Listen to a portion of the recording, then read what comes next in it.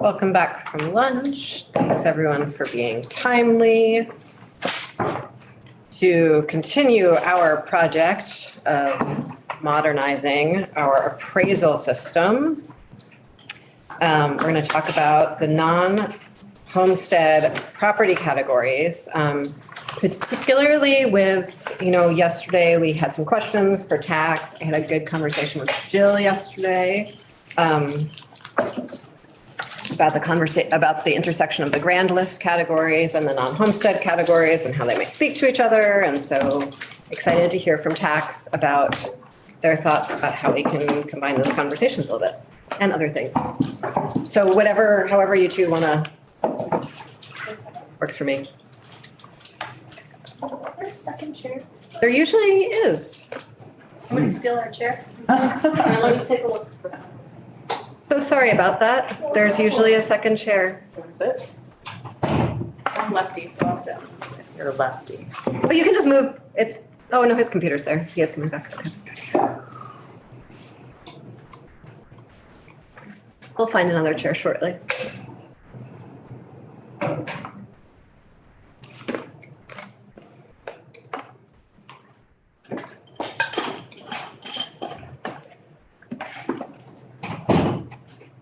I can't believe we have to protect our folding chairs around here. They are very stowable. So the floor is yours. Sure. For the record, Rebecca Samaroff, Deputy Commissioner of the Tax Department. I'm Jill Remick, Director of Property Valuation and Review at the Tax Department. Great. We pulled together some written testimony that should be posted, I think, under my name. Yes, it's under. Thanks. So for one, we thought we could walk through this and maybe along the way could refresh me on any questions that were raised yesterday if we're not hitting them here. That'd be great.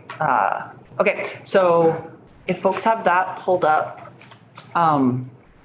we just compiled some of our own questions about intent and what's going on in the bill as drafted, and then just some feedback with our understanding of current practice and what's going on the ground. So the first section, current practices and challenges with identification of present day use. I'm using present day use instead of current use because that is something else. And so if I say current use, it's an accident, and I'm not talking about the agricultural forestry program.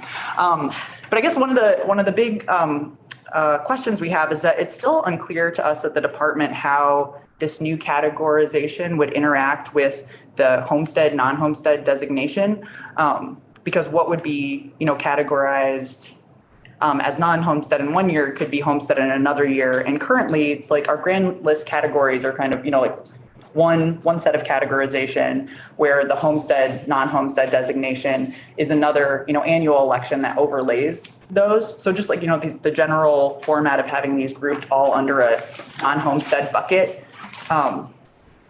it's just like a little unclear of like how that will all overlay, especially when a property, might be, that's non-homestead one year might be categorized as a homestead the following year. And just for folks' reference, I do have a hyperlink to our lister handbook, the page that has our current category codes, which are called highest and best use codes, actually. And that kind of brings up the second point, which... Can we actually talk about the first point more? Yeah, sure. I'm confused about your confusion. So Abby made this lovely little flow chart for us. That was basically like, if it's a homestead, it's a homestead. If it's not a homestead, then we have this conversation. And so under current law, someone sort of moves between homestead and non-homestead. Mm-hmm. Under, if this was implemented as a stronger bill, of course, Yeah. bill,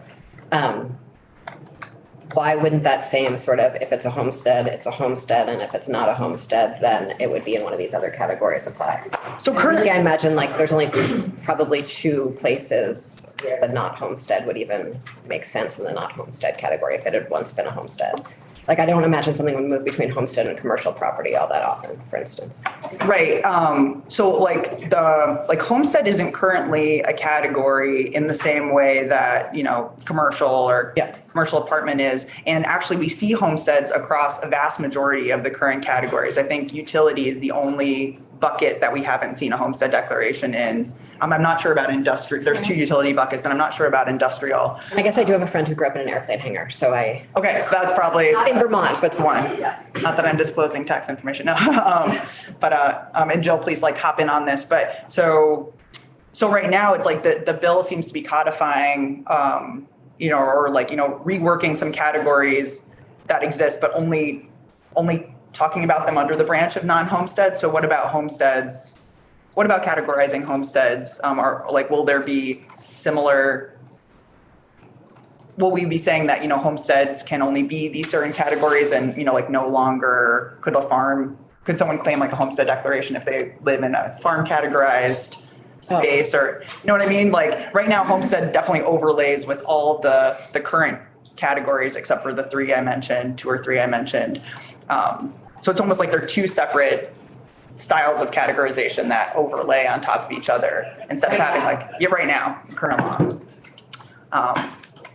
So just pointing out that this feels a little unclear to us still. Yeah. What does overlay mean in this case? I don't know.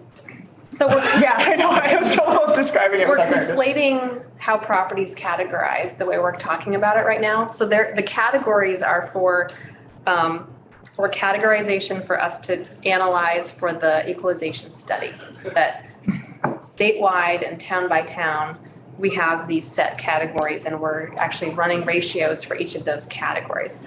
That's very different than the use of that property or the ownership of the property. So it feels like what we're going down is sort of like throwing that into one bucket, but really we have to be able to categorize and our vendors and our staff, actually I have some suggestions for like reducing the number of categories, but refining them, right? We have an other and a miscellaneous, those are not particularly helpful, so that we have our categories clear, but then the use and the ownership can be different year to year, and that's where the homestead, non-homestead exemptions, all those things happen, but the categorization is pretty straightforward. It stays the same year over year. So after you've categorized a property, then, okay, in this particular year, its ownership is X and its use is X, and that's how it's treated for taxation purposes. But the category will be the same as it changes hands or as its use changes. It's always going to be that category of property. Okay, Does that make sense? I think so. Yeah, that happens first, and then we lay on the use and the ownership, and then we layer on the homestead, non-homestead process for the properties for whom that applies. Okay. And I think what's implicit in the bill, and it might be very implicit, so I appreciate that we're talking about it, is the idea that would still be true. It's just that we don't really care that much if it's a homestead. So there would be an underlying category under homestead and non-homestead. It's just that it's of particular interest to us when it's non-homestead. And when it's homestead, the sort of most important use is the homestead nature of that property. But I could see even just sort of, and that's sort of why it was set up as a flow chart, that like it's when something becomes non-homestead, then we become interested for sort of in those that are basically consolidated grand list categories.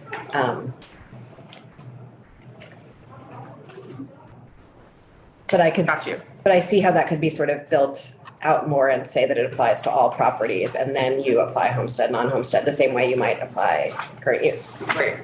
So, one more point that I think, Jill, you were getting into is just, for folks' awareness about the current practice around these categories. They're kind of, they are tailored to kind of like the fundamental principle of valuation in Vermont, which is highest and best use. So in making these categories, and then most importantly, in assigning value to a parcel, you're thinking about, what would this be categorized what category would this fall in if it's sold on the open market? Not thinking about how is the property owner using the property right now. So that's, just making, and that's like how the value is determined, highest and best use, and also how these categories, how the guidance at least is given to listers to group these into grand list categories. And so that's just to make the point that this is, just like the change in perspective and like the, retraining and, read exactly those things. Change in perspective and retraining, that would go into, kind of this recategorization. It's no longer thinking about, how this would sell on the open market, what category would it fall in? It's more of a, how is this being used now, is our interpretation of the intent, at least. And then in this first section too, we just talk about some, and these are, pieces that we'd love to hear from local officials themselves, but just, making the point that, knowing the present use of a property isn't something that's in the workflow of local officials right now, especially some of the more detailed categories like differentiating between seasonal and secondary residences, for example, could take, some substantial work that would be, new types of work for a lister or assessor to determine. And also like, because uses can change, it would be, ongoing work, not like the static category of like this is a commercial parcel, its highest and best use is commercial, it's going to be commercial forever. This would be, introducing more ongoing work. And of course, these challenges would all be exacerbated in the context of tracking multiple uses within a parcel, which I know the committee spent time thinking about. And I'm so sorry if you have to watch that conversation. Yeah, Really circular. I did not actually, which is after getting multiple warnings. So I believe the language around the seasonal dwelling is actually about its permanent state as a building. It's like, and it's drafted with that intent, that it's about whether or not it's, insulated and has pipes. It's not about how often someone hangs out there. And so if it doesn't read that way to you, want to hear that, because it is very much sort of designed to apply to camps, not how someone uses the camp, but that it's, was constructed as a dwelling that's only available during certain seasons. No, absolutely. And it did read that way. So maybe that was a poor example. Jill, anything else on this piece before moving on to consistency? No, I guess not. I also, getting back to the sort of definitions and what we're, conflating. So the grand list, the way that lister, you might hear the expression like lister cards or property records cards, like they do have to have descriptions of the property. And I think one of the pieces that you folks are grappling with is and this would happen a lot in Vermont, where there might be multiple buckets in which a property could fall under, right? You might have even like a farm, there might be a homestead and a farm, or there might be commercial and a homestead, or there might be, So listers right now have to pick a lane for those categorizations. They don't currently, they do, and that happens a lot. There might be 100 acres and a commercial enterprise that's on that, but there might be a house site. They're going to value it with the house site. I'm not sure that listers would be able to categorize in multiple. Well, you'd have to have some listers or assessors come in, but that's not how they really have to commit to assigning it to a category, because the whole point is we're comparing like properties in these categories for the equalization study. And then that gives us those ratios so the town can see, are they valuing commercial properties equitably? Are they valuing industrial equitably? Are they valuing residential under 6 acres equitably? So I'm not sure how the categorization with multiple uses comes into effect. It did raise, I noted John Adams mentioned this morning too, that Vermont, the contiguous parcel rule, which I think was designed so that folks could combine property for things like current use enrollment, if they were like, the family owns these contiguous parcels, but it's having this funny impact where you might have your commercial enterprise, right? You might have like your excavating business and all your things having to do with that, and then your house is next door, and they might be 2 different deeds, but for the purposes of listing on the grand list, it's treated as one because they're contiguous parcels. And so the lister has to decide, is this a homestead with all these additional improvements, or is this a commercial property with a homestead on it? So right now they have to pick one of those categories. So what if they were not contiguous? What if a parcel was, what if we changed that? I think that would help the categorization to be more clear, because they could then have that different, if they were separate on a deed, they could actually put each one in their own appropriate category, whereas right now they have to pick one that it gets lumped into. And are there other implications if we did that? I mean, I have like less than 2 acres on a dirt road that I can't for the life of me figure out why it's 3 separate. It was once 3 separate deeded little bits and it's a part like, but sure, it made sense 200 years ago. So if we changed that parcel designation to separate it, would that, are there other implications for that?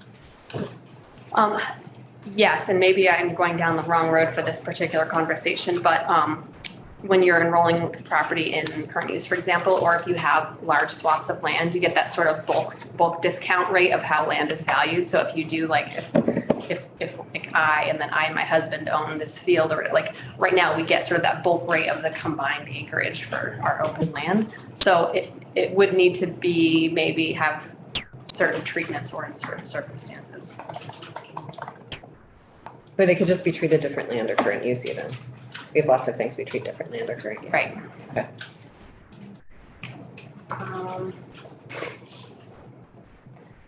And I think just before we do move, I think the other piece there are definitely places for improvement on the existing categories, like residential with fewer than 6 and residential with 6, and then the open land and structures. I don't know if that piece has come out, but like, why 6 acres? Why not 2 acres?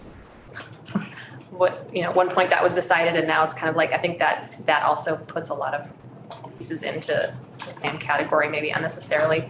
And then we have a lot of examples of where listers, categorize things differently on the existing categories, like other miscellaneous. What number would you choose if not 6 acres? Oh, 6 acres, not 6 acres? I agree, 6 acres is totally arbitrary. I think 2, because so much of Vermont's like property taxation treatment is the 2-acre house site. And I think maybe I'm gonna go down a road that I won't go down, but I think there are zoning, that lines up with some town zoning, but I think 2 acres is kind of what we've established as a house site, which gets treated very differently for your property tax treatment. So why would we have 6? Yeah, Representative. Taking us down a path. I'm thinking about, this is for multiple units with the 6 acres, is that what you're saying? Right now, it's residential with 6 acres. There are different categories for commercial apartments, mobile homes unlanded and mobile homes landed. So a lot of these categories could be a single home or multiple. I think commercial apartments has a definition, I think it's 4 or less is considered a commercial apartment rather than a residence. Is the grand list, are the grand list categories in your testimony? They're linked to that handbook that Rebecca, and they're in the valuation handbook too. Yeah, the hyperlink takes you to the right page. I will say, Jill had them in here at first and I pulled them out, so you anticipated the needs better than I did. I just want to make sure that we all have that in front of us. So it's on page 27 of that handbook.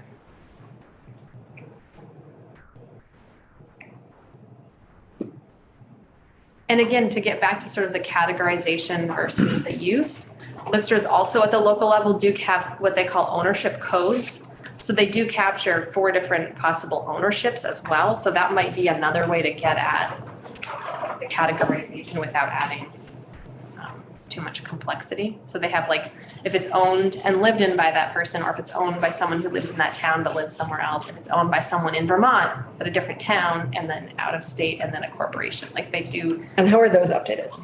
The listers and assessors maintain them. They, if there's like a property transfer, they might update it based on that, but it's maintained at the local level also.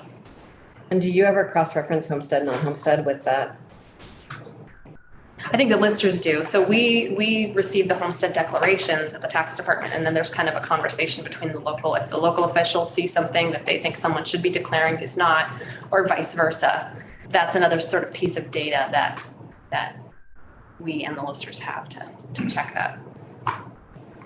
Carol, did you still Yeah, I was thinking about land use and quality of life issues and how that impact was, I don't know what the thinking was with the 6 acres and so forth, but when we choose the number of acres, it determines how we develop the land, and it impacts how people live on the land, and it impacts the natural features of the land. And so, do you want to talk about that? Yeah, and I think, my house on a third of an acre is not the same as if you put my house on 6 acres, right? So it's sort of strange that they're right now categorized exactly the same. Like, that's a pretty huge bucket to put a lot of homes into, is 6 acres plus a house site. And it wouldn't impact, again, like, it wouldn't impact their, like, value as far as, like, on the market, what their value would be. It'd be which category we're analyzing them against each other for the equalization study.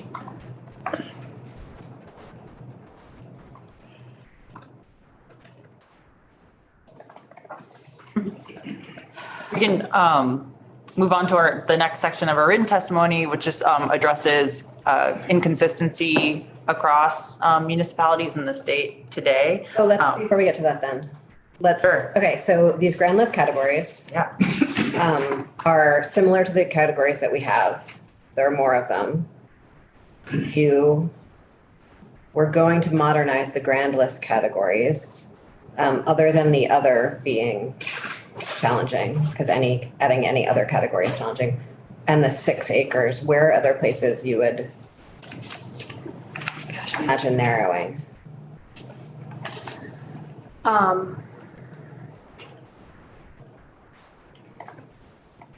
Was the proposal to eliminate the utility electric and have all utility be one? Because that is another categorization that right now that I think we might want to keep. Utility electric and utility other. Okay. I think the concern that some of the listers and some of our staff had is just about rental versus residential. They just don't always know, and the lister may not always be able to find out rental treatment. We do also, and again, this is where it's the use versus where it's categorized. We work closely with VHFA because there's a subsidized housing property tax break. So that is applied statewide, that's calculated and shared statewide, and the listers have to apply that. It's not a full exemption, but it's a reduction in property tax burden for housing that is considered subsidized housing under the VHFA list. So that's another example of the category might be commercial apartments, commercial residential, but its taxation treatment is different because of its use, not because of its category. So I'm not sure we'd need that second one, but I defer to those folks on that.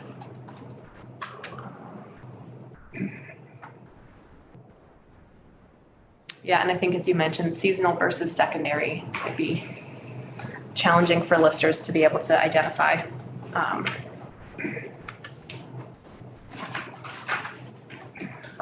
And this kind of touches on the last section, jumping ahead of our written testimony, which still touched on too, like currently and with our equalization study, especially in smaller communities that don't have a lot of as many property sales in a given year, we already struggle to get statistically significant amount of sales in each of those buckets, which really, bolster like how nuanced that CLA is. Like when the more categories we have a significant number of sales in, the more we're able to weight the different categories appropriately and then produce a CLA for the town that, really reflects the sales in that year.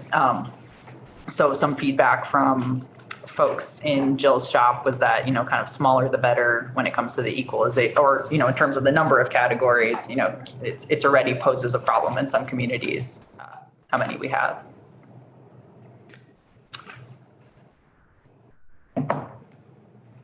So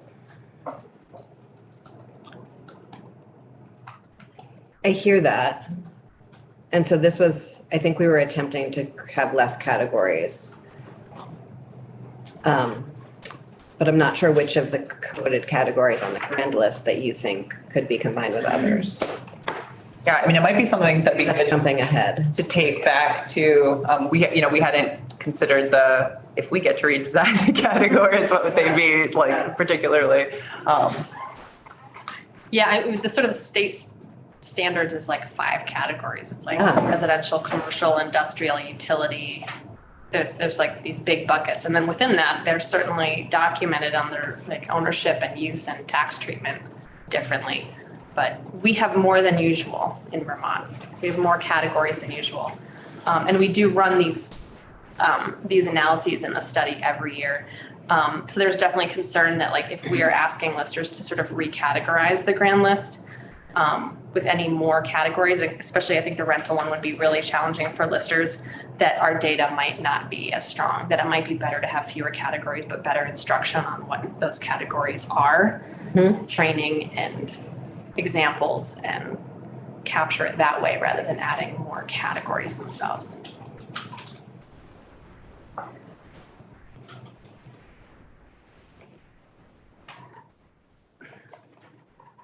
So yes, I think we'd be really curious. At least I would be really curious. I don't know if anyone else would be curious. See what happens when you take a stab at how you would redesign this. Or modernize it, as I have decided to call it today, earlier. Modernize. Yes. Fresh. Was it contemplated that folks would do some sort of a self-certification, or like how a lister might get at whether something is a rental versus residential? I think originally we were talking about self-certification, and then at some point, as the conversation between these two committee bills started to come together, it seemed like that was slightly less necessary, as they'd be sort of recertified every few years by an appraisal process. But I think that's what we originally contemplated, that it would be self-certification. And we know that people are already doing the renter certificates. Yeah. I mean, I think we'd really love to hear any thoughts that you might have about like capacity and ability for listers, or like any input about what it would take to implement something like this and whether it would be easy or not. I think would be really valuable. Yeah, I think watching what if it's a third this, or a third this, or they're using it certain, that I think really caused a lot of angst, because I don't think that would be possible for folks to measure. The other thing that we do hear from towns is even just for homestead and non-homestead declarations, even if it's helping someone, they still have to send us a list of folks. They say, I think these people are actually eligible for a homestead declaration, and they haven't, non-filers, and then the tax department sends a letter. So I think they feel like that alone, that would be a great place to concentrate some effort, is on the homestead, non-homestead compliance, to make sure we're meeting that, and that adding complexity to what the lister has to determine based on use. I don't think that, and again, I don't want to speak for them, but I think that's where listers and assessors would find that really challenging. I think fewer categories with better definitions would be, while it would change our results of our study longitudinally, right? Because now we're looking at slightly different categories, but that might make the compliance for the categories to be better, and then we would have better data for those particular categories. And then it sounds like what you folks might be interested in is like a use code or an ownership code or something like that, that wouldn't be the grand list category, but would be something captured on the grand list. Because right now the grand list does capture things like, the house site, the homestead, description of the property, if there is a homestead declaration, if they're a resident, the highest and best use, any exemptions or things that are applied.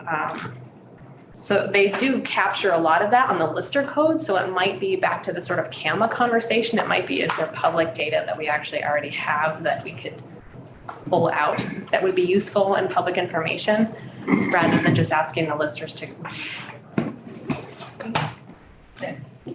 And ensure consistency across communities. Yeah. Did you all have thoughts about the 1/3, 1/3, 1/3, and what if it's two things that this different times. Yeah, and that's what prompted the conversation with the team about the contiguous parcel, because that happens a lot where it might actually be like they have a deed for this, they have a deed for that, they have a deed for that, but it's owned by the same family, and right now they have to pick a bucket. So the contiguous parcel thing, and I've been surprised at how much that's come up in the discussion with the committee from the vendors and from John Adams, that like this is kind of having some unintended consequences where we're kind of having to lump these very different parcels that are owned by the same person into a category that might not really be accurate. I actually even had one of the reappraisal vendors said that's one of the reasons they don't really want to come to work in Vermont, because if we're paying them by the parcel and the parcel is not based on the literal number of parcels, inactive parcels are just as much work as the parent parcel, so to speak. So we're kind of shortchanging our towns by using that parcel account based on contiguous parcels being one parcel.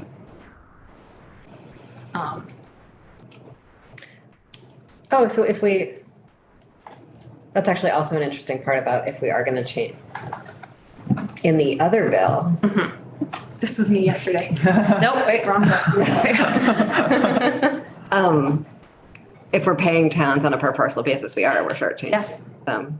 We're under paying the ones that have a lot of contiguous parcels right now.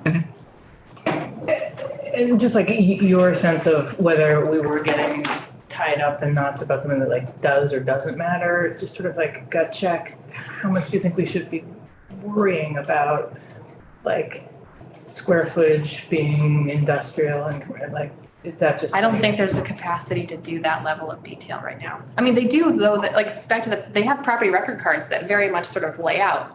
They have this number of buildings, they have this size building for XYZ, they have like, the listers do capture that on the value card on the property by property basis. It's just not rolled up into a category to the grand list. We do get the grand list parcel description, which can often say like 2 dwellings, a barn, you know, whatever. We do capture that in the statewide grand list. So the listers do have to account for all these pieces as far as what is actually on the property and any improvements on the property, right? So anything added to the property that adds value. They do capture that currently. It's just not, the categories for the grand list and the study are bigger buckets than that. And they're not verifying the actual use. Not if they don't have to. So there's some times where they would, right? Or if, but it's not for the study, not for the grand list categories, no. Sorry, just what I'm trying to, is the lister card in Albany the same as Craftsbury? And do they have common definitions? Pretty close. Yeah, kind of like a driver's license in Vermont versus Like New Hampshire, whatever. The differences account for lister's instinct or different interpretation of guidelines that we give them, or like why are they not all the same? Those two things and the Camo vendor, the system, the software that they use to do their valuation. Some of them are more modern than others. Like you can go on some town websites and you can pull up your own card and it's got your picture and it's got your information. Or you can go into the town office and see it and it might still be a printed binder. Yeah. Representative Anthony? I wanted to go back to your comment that focused on the listers have to say singular designation. I'm not sure that it would matter whether we ask just what's the primary use of this. As you said, both the lister card and, as Camilla Roberts said, when it's a mixed use parcel, you have to value the uses separately and then you aggregate. There's a gravel pit on there. The guy logs 30 acres, whatever. Has a small woodworking shop and sells sawwood. Each of those, the lister would value, if you like, according to its use and the percentage or amount of acreage that's devoted to that use, involved land and other rubrics. So even though they may have to pick a primary use, when they go through the valuation, they're in essence disaggregating mentally on a mixed use parcel anyway, no? And all we would be saying is, well, categorize those. Now it's a narrative, whether it's not reduced to a numerical value. That's maybe where the sticking point is, 25%, as opposed to just saying there's a sawmill there, there's a gravel pit there, and I value it at. Is that the sticking point, is trying to reduce it to some kind of numerical It's a code? are you saying that's a narrative on the card? Yeah, and Yeah. in our grand list, what we sort of pulled a statewide grand list from all the towns, and one of the pieces is the parcel description, and so that's where it captures. And that's purely based on what someone enters, but it says things like how many dwellings, how many garages, how many acres, woodland, things like that. So there's a little bit more detail. I guess that's the point, is the grand list categories might not be the way to get at what we might already be getting what you need, but this might not be the way to get it. Because we want to make sure the study stays like usable, and if we, but I like, what I'm hearing is that you folks might be open to not just adding these onto the existing categories. No. I think we're hoping to tidy rather than complicate. And when I say tidy, I don't mean it as blithely as that. Like, I think that when we create consistency and consistent expectations around that consistency, that we are able to remove a lot of bias from the system that, and that benefits all of us, right? Like, I mean, it's the question of the contiguous parcels and making sure that every community is getting their fair share, right? It's the question of making sure that properties are valued appropriately around the states, all of it. So I call it tidying, but I think it has much bigger implications than that. So I guess I want to understand this narrative part better, because it seems like it could be subject to a lot of variation. Yeah, right now yes. Yeah. I mean, it's like with everything, it's like with the current use enrollment, it's whatever someone keys in. It might be very detailed or it might be very straightforward. I think the other piece that it's all about the point in time. So when are these determinations made? Because a very specific point in time, if I choose to then, rent out my house, and it's now at some point during the year turned from a homestead to a rental, is it getting reclassified? Does the lister have to track that down? Like, I think the rental one is a big one that you'll want to hear from folks who do this, about how they could track that and what the point in time is that treatment would be. Because right now the categories are pretty set. Like, once a property fits in a category bucket, it tends to stay in that category.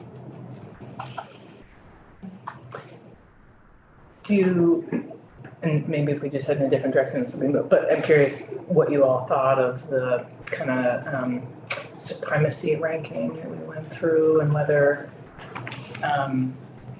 about if for some of the time it's a seasonal camp that I'm using but don't live in, but then some of the time I rent it, like, should that rental use have supremacy over the seasonal camp?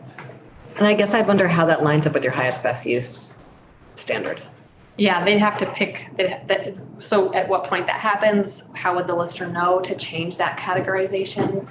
Are we asking folks to tell the lister that they're renting it part of the year? I think that's what gets is like, how would that information get from the property owner to the lister in a way that they would be able to make that change?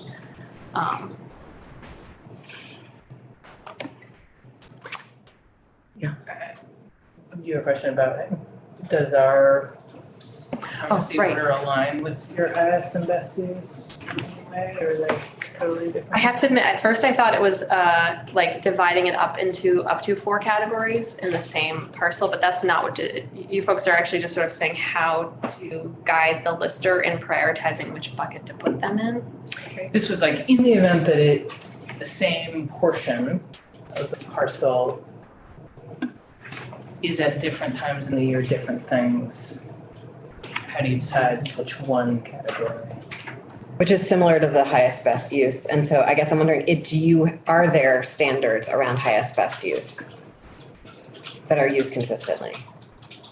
Yes, so there are national, the IAAO, the International Assessors, like there are definitely standards. We teach courses every year to listers and assessors about highest and best use. It's pretty foundational to like real estate appraisal practices.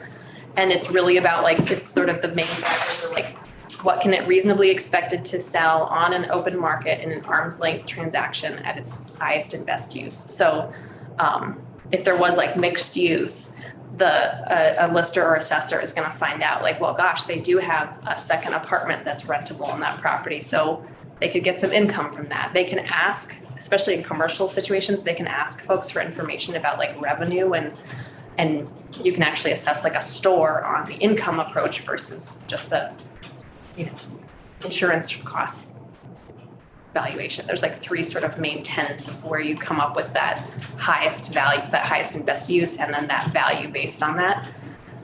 You could choose to own a store, but then, you know, I mean, I live in a neighborhood where our neighbors use their house to store tires and they don't live there anymore. That's like become sort of storage. But the highest and best use is it's a residential home in Montpelier that the lister has to take that into account. It's on water, city water and sewer. So Just full of tires? Yeah. It's very distracting, that detail. there's a housing shortage. We're ready to buy it if he decides to sell it, because then we would do exactly what we want to do, which is fix it and someone could live there. But I think it just comes down to how would that get translated to the lister, if it is that level of variation. But they have to kind of make a judgment call about what the highest and best use is. It doesn't mean that's what the person's using it for.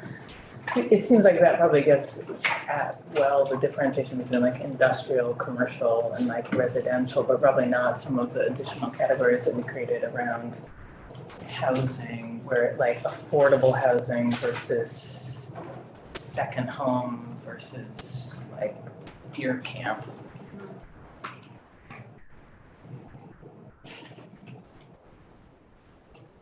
What I understand is it would be hard for a lister to make that determination. That there's the category and then there's the use and the treatment of it. Maybe I convert my home to affordable housing and I sell it to Land Trust or Down Street Housing or something like that. That's a different use, but it's still a residential property. And while we're speaking of this, like it was this part of the bill, or I guess like getting back to the discussion we were having at the onset, you know, as drafted, we don't have a category for non-secondary residents, I don't think. And part of that is like the structure of this all falls under a non-homestead bucket, but we will, presumably there would be a category for like akin to what's called residential now. Maybe it's residential above and below too, but that's like, you know, that's kind of missing from this right now because of the presumption that this would all be under an umbrella of non-homestead. But, you know, as we tried to explain earlier, this is very helpful. That's why we have a whiteboard. Yeah, I know, yeah. Or flowcharts. Yeah. One other piece I did want to mention, I've heard from a few different constituents that would be helpful to capture on the grand list. It wouldn't be a category, but it would be asking for this data. So again, this might be like, maybe it's that we need more data in the grand list system that is built up rather than just changing the categories, is the number of units, the number of dwelling units. We don't actually capture that. It could be in that parcel description, and a lot of towns probably do. But if we really want to get at a sense of like what our actual like capacity is and what our actual like number of dwelling units are, we don't capture that right now. So that was one of the suggestions that a few folks asked us to like sort of keep mentioning, that it would be nice to have, whether, I guess it would come from the local CAMA system or something like that, but the number of residential dwelling units on a parcel so that the legislature has an actual count of units. Yeah. I think I sort of asked this question before, like a day or two ago, but not exactly.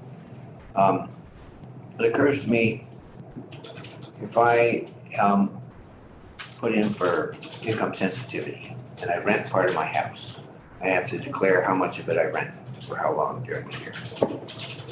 To what extent do the current use, do the folks who figure out current use and you folks cross-populate each other's databases at all? I mean, When you say current use, you mean like how it's being used, not capital C, capital U? No, I said. Present day use. Spoke the wrong term. Income sensitivity. If Okay, I apply for income sensitivity, I have to tell people down the street yes. how much, if I rent any of my house or use it for a business, and how much of that, what's the proportion, da, da, da, da, da. How much do the does tax, meaning income sensitivity, and tax, meaning what we're trying to discuss here, cross-populate each other's databases? If you did, it would at least give you an answer for 70% Right. of taxpayers. And I'm just curious about that because some of that information exists in somebody else's file cabinet.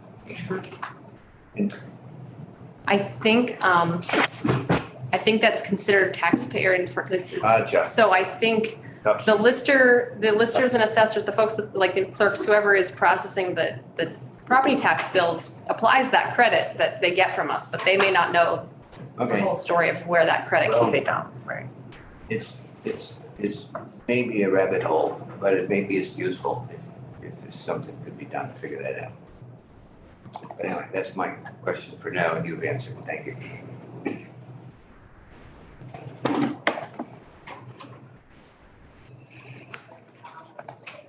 So you're planning on giving some thought to how you would modernize the grand list categories so that we could get at some of the questions that we've been asking and you could meet some of the needs that reappraisers are looking at. I think it's helpful to think about this in the context of what we're also thinking about in the other bill. Because I think some of what feels like limitations to modernizing the grand list categories is actually solved in the reappraisal conversation. So I think that allows us to be a little more creative here than we would be otherwise. That's why I keep on bringing them back together this week. Yeah. It seems to me that we need to figure out why we're doing what we're doing and what is the most important piece of data to get from it. So if they're going to reduce, or they're going to be looking at how they might reduce, what are the most important pieces of data, or which categories are the most important and will be most useful to us?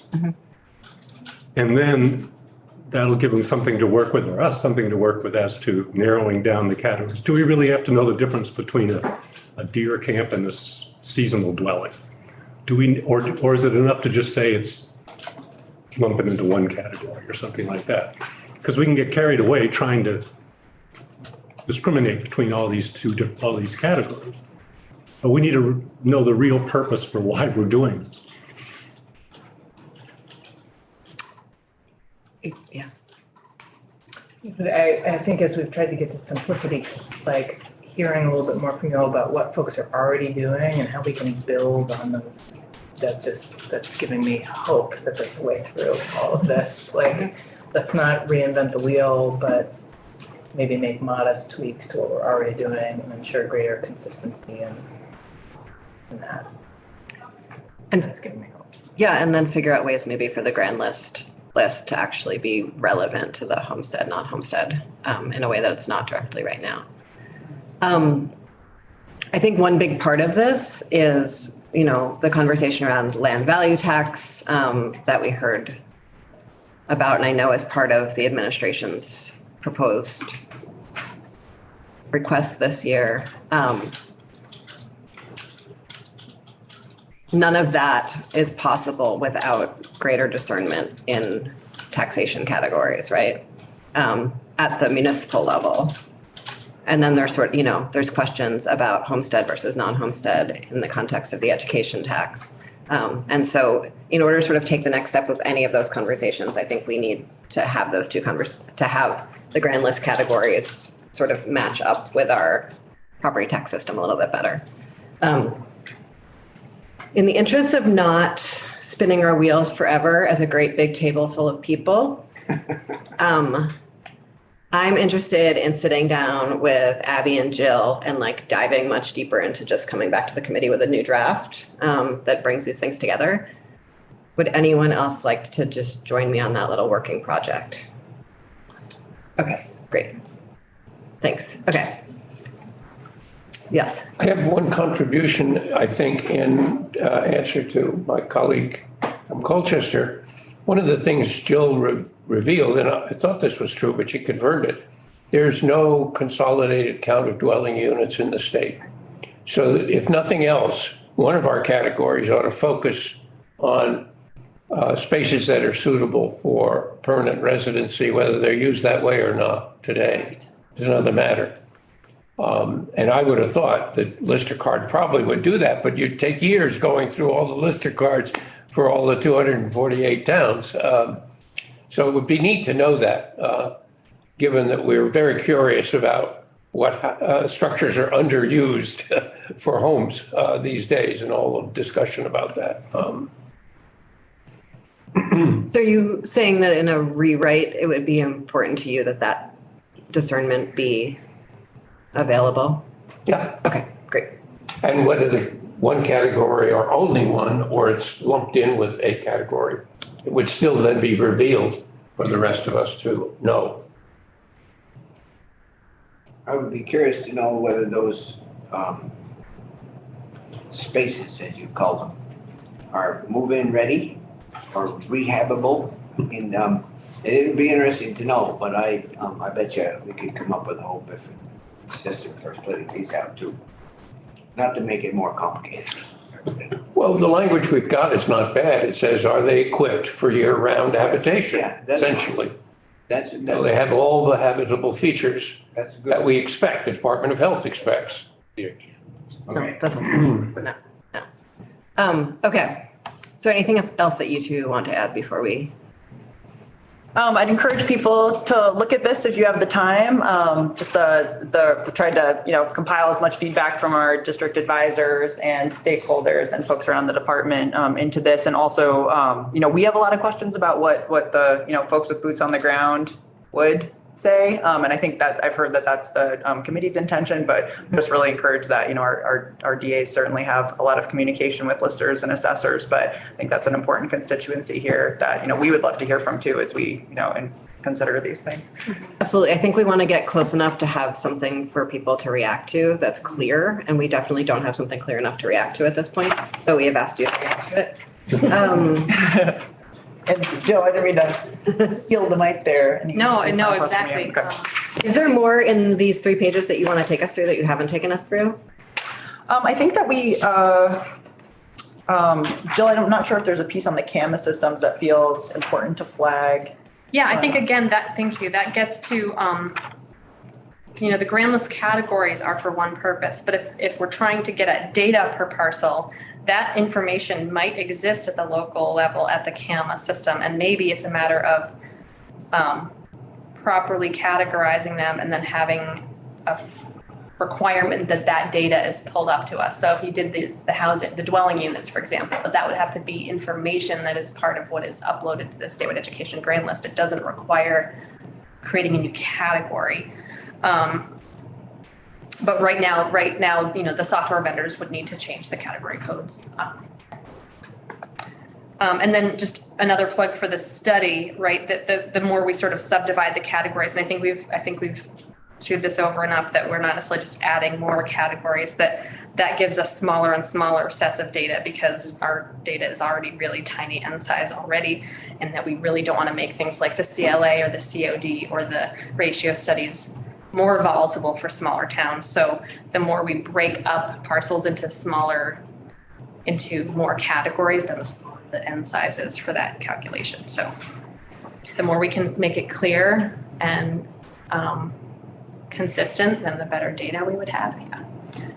And the inconsistency across the state subsection, I think is just articulating, concerns about, like any change to the categorization is, going to mean a lot of new learning that spans across 250 plus, municipal officials and assessors who've been doing things, one way for a certain number of time. And we have, we recognize like a degree of inconsistency in our current categories today. And even, when it comes to things that have an attestation like the homestead, for example, there's a degree of inconsistency there, which just, leads to local officials or the tax department spending time or resources to try to sort out. And some of the just considerations, flagged from our team are that, some bigger municipalities may have their own, local ordinances or, permitting data that like might match some of these categories close enough. And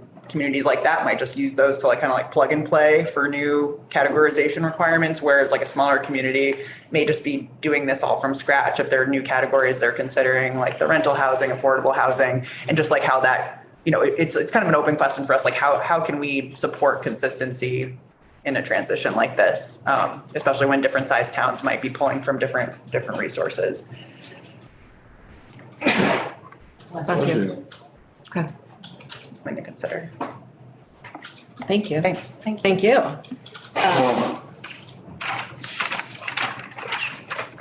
We are going to, thank you very much for your time. Want the chair to stay? The chair will stay here, yes. Maybe we will label it so other people don't steal chairs from our committee room anymore.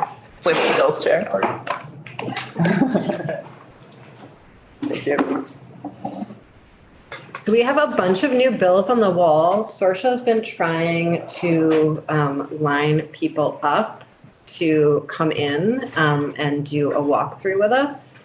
A lot of them are bills that are sponsored by committee members. So I know Representative Anthony, you're scheduled after the floor for 256. And Representative Sims is also on our list now. Okay, for after the floor. Would either of you be interested in doing that now? I defer to you. I can do it. I just got a message from Carol Dawes says I wanted some statistical info if you want me to take the. That works for you, that would be Okay, great. no, that's fine. Okay. And then before you feel free to move. I just want to say a few more things before you start. 255, we're going to have Representative Hengo come in on that, so that might take a little bit longer to schedule. 166, there's been a few times offered to Representative Odie on that one that haven't worked, so we've moved that up a few times. We're working on scheduling that one. And I'm missing.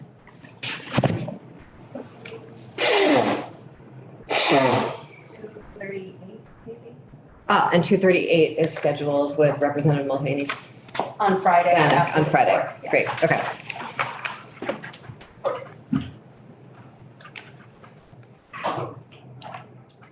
Representative Anthony, the floor is yours. Thank you very much. For purposes of the record, Peter Anthony, representative of the city of Barry. You have before you the city of Barry's request to extend its TIF schedule. The bill is H256.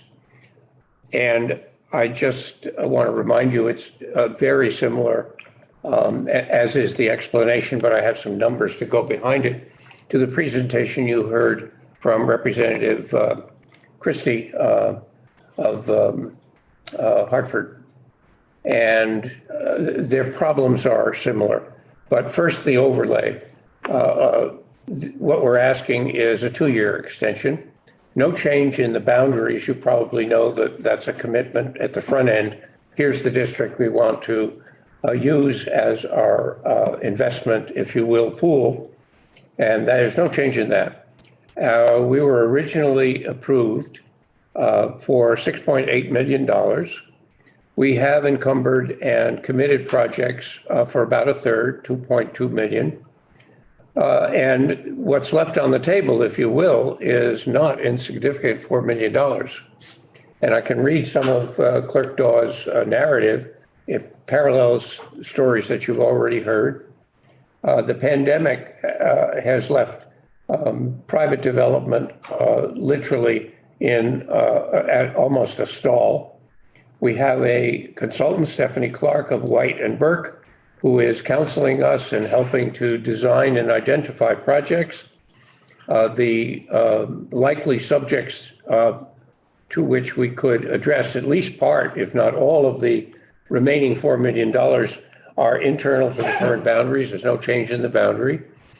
Some of it does include infrastructure renewal. By that, I mean stuff in the ground. It would be water lines, sewer lines, paving, sidewalk, pedestrian amenities, things that will affect the grand list of developable property within the district. Some of that land currently is way underutilized. That is to say, it's adjacent to railroad tracks, but not involved in the rail right of way. And in consequence has not been, if you will, supported by pedestrian amenities, parking, water, sewer, fire hydrants, et cetera. It's that kind of infrastructure that would be, if you will, the kind of city down payment on incentives to use the remaining $4 million to make that attractive for redevelopment. As you know, Barry, like a lot of older communities, had an industrial base which is significantly shrunk from years gone by. The granite industry filled the city. It doesn't anymore. There's retail space, there's underused land, there's a railroad right of way, which services an essential customer up in Barry Town, but frankly, nothing in the city anymore. But it does occupy land. The state owns it. It's not on the tax rolls. So we constantly have to make development in the city attractive in some way or another by building out, if you will, the supporting services. So that's my pitch. The dates essentially are in H256. Our financing or encumbrance, if you will, was going to expire on the 31st, 2024. And this essentially would ask for a reset for 2 years so that it would extend into March 31, 2026. And again, it's not an insignificant amount of money that will be left on the table if we don't get the extension. It's literally 2/3 of what we originally authorized for. So it's not small potatoes compared to the potential, if you will. Any questions other than? So in Barry, geographically, where is the TIF district? How would you describe it? It's downtown. It's the central business district. So where they did that big street project? Yeah, it's on either side of that, the two parallel streets of the Big Dig, our version of the Big Dig. Yeah, exactly. And that's worked out well. Just to riff on your curiosity, because we remain a major thoroughfare for heavily laden trucks, our roads take up pounding. We have, ridges already, and we did the Big Dig within 10 years. And the road is now shows you where the trucks drive. I mean, that's how tough it is. And anyway, and those are supporting things for adjacent communities, frankly. They're not our trucks per se. I have spoken with Chair Cummings in the Senate, who represents Barry. And she said that and then there's also a bill around project-based TIFs that the administration's put forward, specifically led by VEPSI. And Chair Marcotte has also talked to Chair Cummings and with sort of the idea that all the various TIF requests, White River Junction, Barry, and the project-based TIF would start over in the Senate and they would send it over to us so that we don't have 12 different TIF bills floating around with various people attaching various TIF ideas to them. So thank you. And we will likely not pick up the conversation again for a few months. If you and I can caucus offline, if there's a formal process for me to, if you will, bless a consolidation, I'm happy to do it. Yes, I would talk to Chair Cummings about it. Yeah. Thank you. Yeah. But I think there is a Barry TIF bill in the Senate already. You're certainly correct. Okay, great. Sometimes it's nice to have 5 vehicles that say the same thing floating around. Sometimes it just makes everything impossible. So, Representative Sims, would you like to join us? I hope I was joining before. Just joining from a different Would you angle. like to move to the front of the table? Good afternoon, colleagues. Representative Catherine Sims from Orleans 4, which is Albany, Crestway, Greensboro, and Glover. And I appreciate the opportunity to be here with you all to talk to you about H235, an act relating to education spending inclusion for salary and wage increases. So the purpose of this bill is to address the disparities in school staff salaries and to provide incentives to high poverty, sparsely populated communities to help them level up their salaries. As I think you all know, it's been really difficult to retain teachers prior to the pandemic, and it's only gotten worse over the last 2 years, given all of the challenges our schools face and the workforce shortage in general. And so teachers are particularly in short supply in our high poverty, sparsely populated communities. Average starting salaries in Vermont are kind of in the middle compared to other states. So Vermont ranked 26th in the country with average starting teacher salaries of $40,810. And in the 21-22 school year, the lowest starting teacher salary in an SU SD was $36,975. Vermont is ranked 29th nationally for the average annual wage for school support staff at $32,000. And in a tight labor market, especially for school support staff, there are a lot of opportunities for individuals to find jobs at other employers that pay more and maybe don't come with some of the challenges that our public schools face right now. And we also know that teachers are often paid more in places like Chittenden County, and this bill would allow rural high poverty districts to remain competitive in this current labor market. So to address this issue, I've worked with stakeholders to develop a bill which honors local control and local bargaining relationships between SUs, SDs, and employees, establishes a goal of a $50,000 minimum teacher salary and a $20 an hour support staff minimum wage, creates an education fund tax incentive similar to Act 46 to encourage local decisions, but not required, for FY 25 through 27. And this would be done by exempting 75% of a portion of the percentage of the cost from local education spending calculations. So we'd, I can get into the details of how that calculation would be done, but for the additional compensation provided to teachers, that spending would be exempted from that local spending calculation. And this would be targeted toward districts with the greatest needs based on the new weights specifically for sparsity and poverty. And so why now?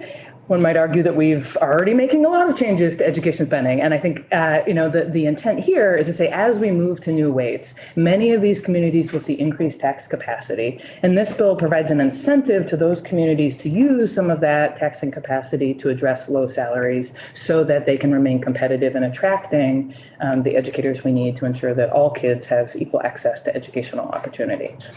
So I feel like this bill really complements and builds on the incredible work that this committee did last year around end funding, and I hope that you'll consider taking up the bill, and I'd be happy to answer any questions. I have a question. No one else is jumping in. The particular demographics that you named for sort of being prioritized for this are the same communities and that are going to Yes. a lot of tax capacity underweighting, as you said. And so I'd love for you to just go a little bit deeper on why you think those communities wouldn't be prioritizing teacher salaries with that new taxing capacity and they need this extra boost. So again, the schools that would qualify here are those that meet sort of one or both of the weighting criterias of sparsity, so low population density, or 40% of pupils' families are at or below 185. And so these are going to be massive shifts for schools who have, I would say, historically been underweighted and have lots of significant need in order to provide equal access to educational opportunity. And so there's, I think, in many of these communities, a long list of needs to be attended to, and they're all really important. And this helps encourage and incentivize some behavior change like we've done previously through Act 46 to say, hey, here's something we want to encourage you to do, to use this new tax capacity to address one of probably likely many needs in order to be competitive in recruiting and attracting teachers. And I hear often from Kingdom East, for example, the number of teachers on provisional licenses, and the number of folks who come up for a year on their provisional license, they get that additional experience, and then they move 20 miles south to make $20,000 more. And that puts all kinds of strains on our high poverty rural schools who have, teachers turning in and out.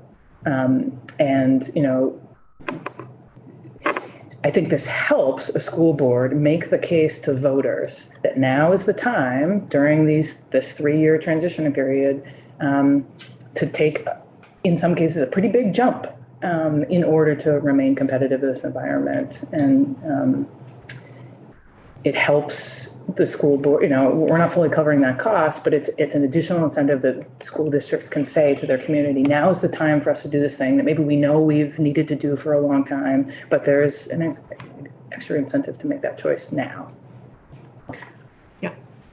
Questions? You seem onerous, but I'm just trying to figure out some things last night, okay? I was at a school board meeting in Thetford last night, and the issue of tax rates came up. Needless to say, that last year. And also CLA and COD, and potentially things go through the roof, even though we tried last year to fix it. So that's a box. The other one is, one of my concerns, not so much with your bill, although it fits in this other box, is the extent that we do things in this building with all the best intentions to help one group, and it maybe kind of messes up another in terms of changing a tax rate in a town, and my concern goes back to some worries about some other bills that have been considered, not necessarily this one, where I'm going to use the hostile word, maybe manipulate things along the way in order to achieve a certain outcome. And so I see what you're trying to do on behalf of your constituents, and you may be right, but I have to think on this, on how it plays out, given all the things that we do. And from my own perspective, there's a number of bills that have nothing to do with education that I regard as manipulative, and we can talk about them outside a committee or something from time to time. And I'm concerned some of them don't pass about how they play out. I mean, I'll give you one example. There was a bill a number of years ago requiring younger women, I'm paraphrasing, maybe wanted an abortion or something, to receive be subject to, or maybe it was for all people. Is this the best possible choice example that you're? Like a sonogram or something like that, which is, if you're gonna do this, we're gonna make you do that. And this is my example is much broader than yours, but I'm concerned about things where we try to change the parameters in order to achieve a certain outcome. Thank you. So I understand and appreciate what you're saying. I do want to emphasize that this bill really honors local control, and that there is, this would be up to the individual SU and school district to choose to take advantage of this incentive or not. I think I also want to, what I appreciate about our Constitution is our commitment to equity for all. And I don't think it's like a zero-sum game, right? And I think that's something that this committee really recognized in its work around the weights last year, is that we all benefit when every child has equal access to educational opportunity, and that the weights account for that by helping ensure that every community has the resources that they need to be successful. And I think some of Susanna Davis's testimony earlier today around some of the structural systemic challenges that actually make it difficult over decades for some communities and some populations to move ahead do fit in some way. That partly maybe what we're trying to do is repair some harm in the past, and that, as we saw on that map, some of our communities maybe have significant gaps in the under and over valuation of property that is borne by not only people of color but also low income Vermonters. Yeah.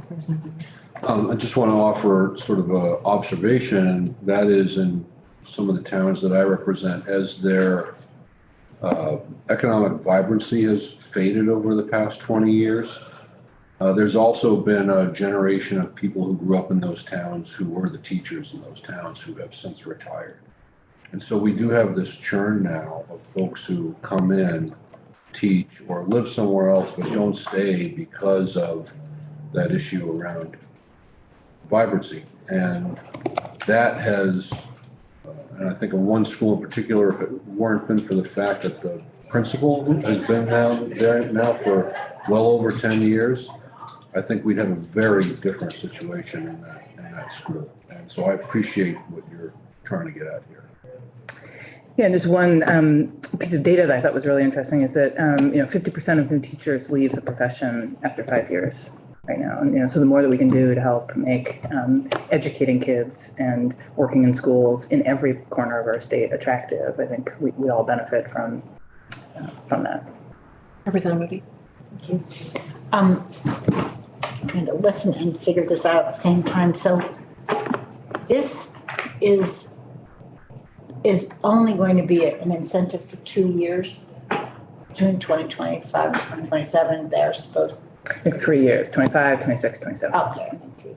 So, and then after that, are you imagining that contracts would have been renegotiated, or people see the value in this? So this is a one-time or one-time 3-year incentive to encourage communities to level up, and then everyone will be rebased, the technical term or whatever. What I like about this is that it's just a brief period of time, and it is an incentive. There's no, it's all carrots, no sticks, and it ends. And again, I think that helps at this time when we shift with the waves to sort of incentivize, we're shifting, When we let's have extra shift. capacity. And this is a period, I can imagine the school board member saying to their voters, now's the time for us to do this. We have this limited time opportunity, buy now. And then after 3 years, it sunsets and there isn't just like a mad rush into the building to have us keep it, and we're forever exempting teacher salaries in certain communities from. Then we're readjusted to a new annual budget. Okay. Goes up at the percent that likely is consistent with other percents, I think we're all used to absorbing a certain amount of growth year after year, but to get everyone to this minimum, it's going to be a larger growth, and this helps soften that transition. The Pupil Weighting Task Force heard a lot of testimony around teacher salaries and the difference in teacher salaries from community to community. And there were a lot of different hypotheses about why teacher salaries were different from community to community that I think are absolutely unparsable, the reasons for it. But the end result of it is that some schools really don't have a stable workforce because their salaries are low. So thank you for attempting to solve it. One piece of a complex puzzle. Yes. Yes, my analogy wasn't very good. I wasn't sure. You were doing okay. I just wasn't sure where you were going, and I was getting nervous. So Another day, I'll think. yeah, no, you don't, No. it's good. It's fine. It's fine. Okay, well. Okay. With that, we are going to go to the floor. Okay. And I believe we did the things we were going to do after the floor. And so what I will say to the committee is this is your last breath of freedom. Enjoy it, please. They're all about to come, all the bills. And we have to finish up our own work, so enjoy it while you have it. Respond to all those emails.